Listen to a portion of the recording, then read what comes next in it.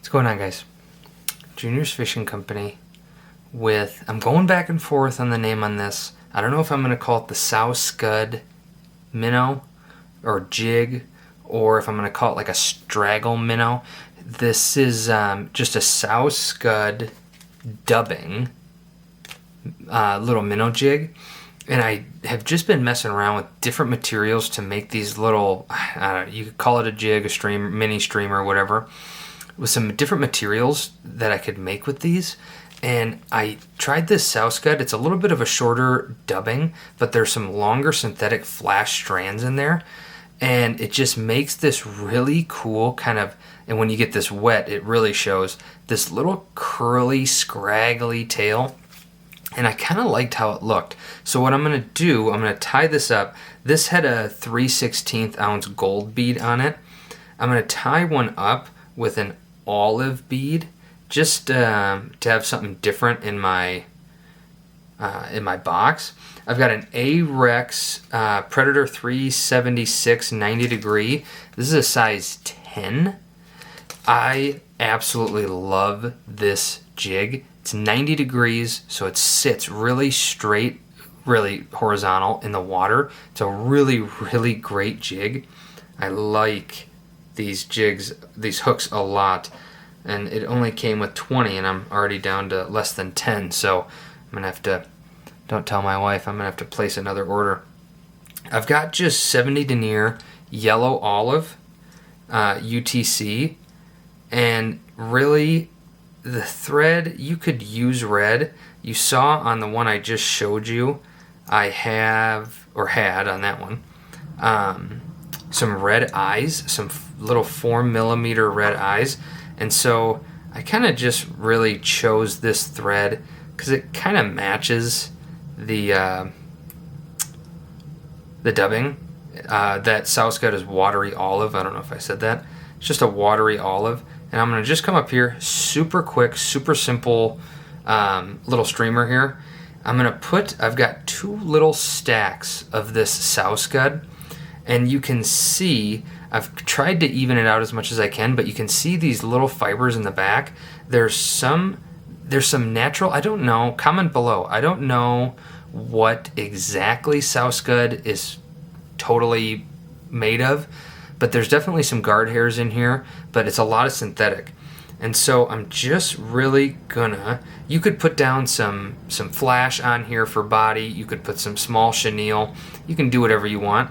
I just wanted a really simple pattern, and I didn't want a ton of flash, and there's already flash in here, and so I didn't want to add too much flash. I'm just evening this out in my fingers. I'm just kind of pulling it and laying it down on itself, just to make sure that those are as even as I can get it. Again, this is a short dubbing, and so it can be a little tricky to do that. I don't know if you'll be able to see, but there's definitely some guard hairs in there.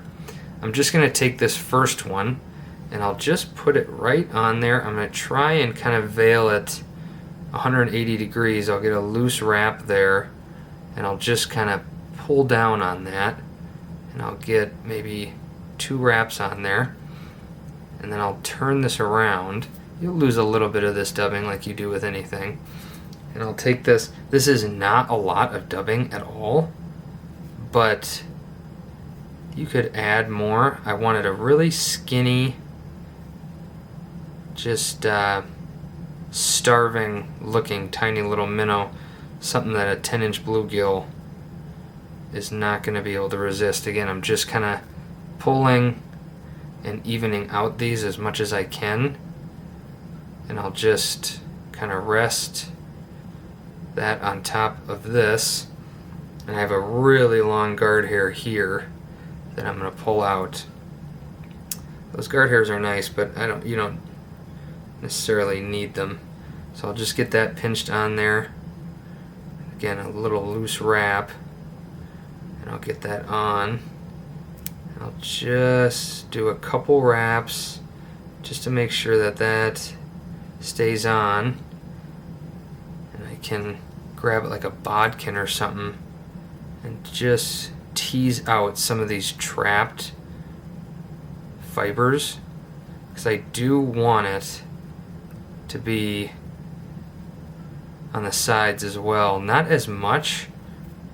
I'm not worried as much about that because this is going to be such a thin bait anyway. I'll pull all my materials back and just start to build. I need to build a little bit of, you wouldn't call it a ramp. I need to build a little bit for my eyes, but you can see how thick it is right by the bead and how straggly this tail's gonna be, but this long stuff is all the flash. And so that tail is gonna have a little bit of flash in it. And I'll just wrap back. I've got 4mm red eyes, and I'll show you the eyes I'm using in just a sec. But I want to just build that up, and then I can get a little lighter on here and kind of get rid of all those annoying, pesky little fibers that get in my way. That should be enough space. If I go on my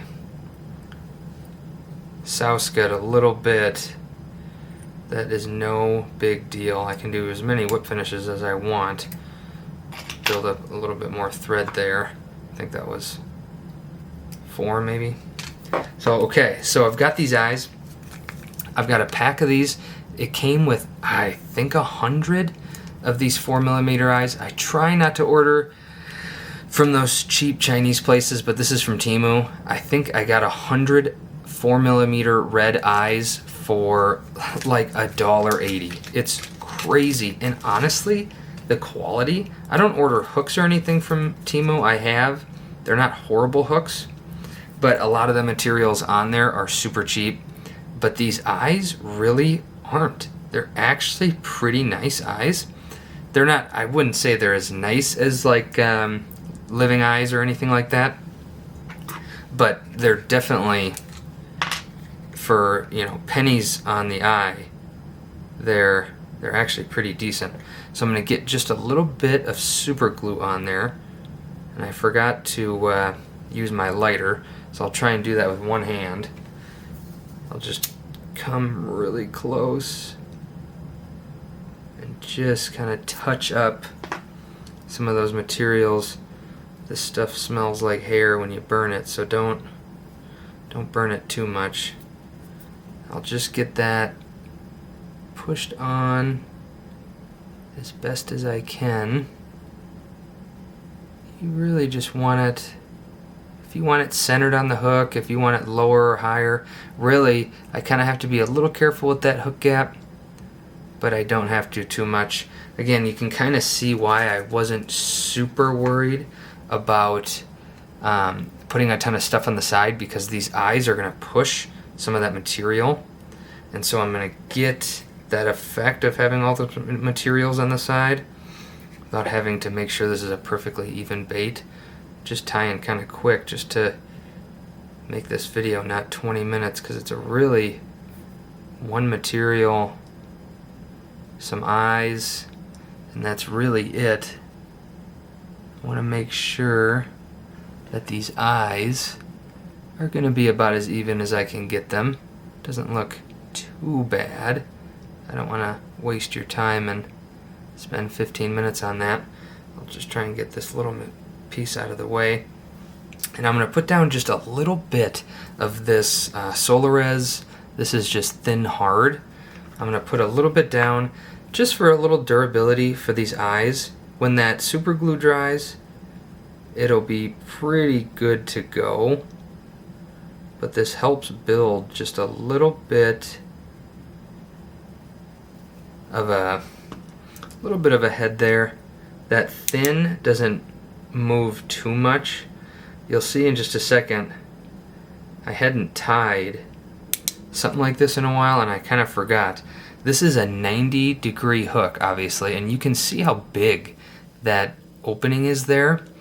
And what I'm going to do is I'm going to have my flashlight ready in my left hand, and I'm going to squirt just a little bit of resin right in there, and then I'm going to cure it. if you don't cure it, if you're using this thin stuff, especially if you're using even bone dry, especially bone dry, it'll leak down through the bead onto the eye of your hook. So you want to be careful. You don't want to put this on there and then answer a phone call or something like that, because you're going to come back and it's going to find its way onto the hook of your eye, the eye of your hook.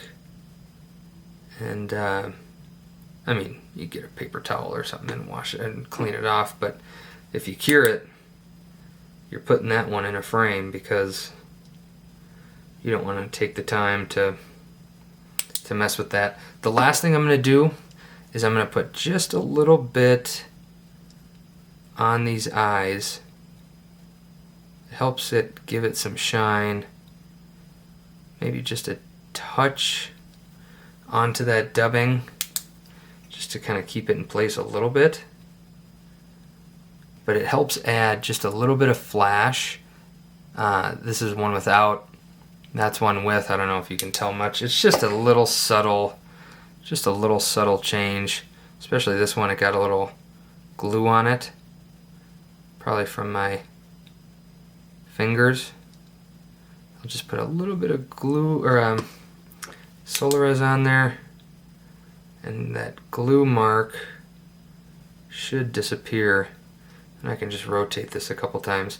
You can build up a nice head here, but with how much dubbing I have right on that body, I'm really not going to have to worry about that. So again, a long little scraggly bait. I can even, I've got some water right here. I'm going to end up trimming this just a little bit, and I'll dry it off with like a little Kleenex or something, just to get some of that water out so you're not looking at a dripping wet fly. And you can see it's just this ratty little, not ratty, but it's just this super thin little jig, and I can end up trimming off. I've got some guard hairs down here that I don't necessarily need. Again, there's a billion dubbings out there that you can use something like this with. I guess that top stayed a little bit dry, but super simple. One material, couple eyes, 3/16 inch bead. I don't know if I said this is a fire hole olive 3/16, but just a nice little jig. This thing is gonna just dance in the water. It is so thin.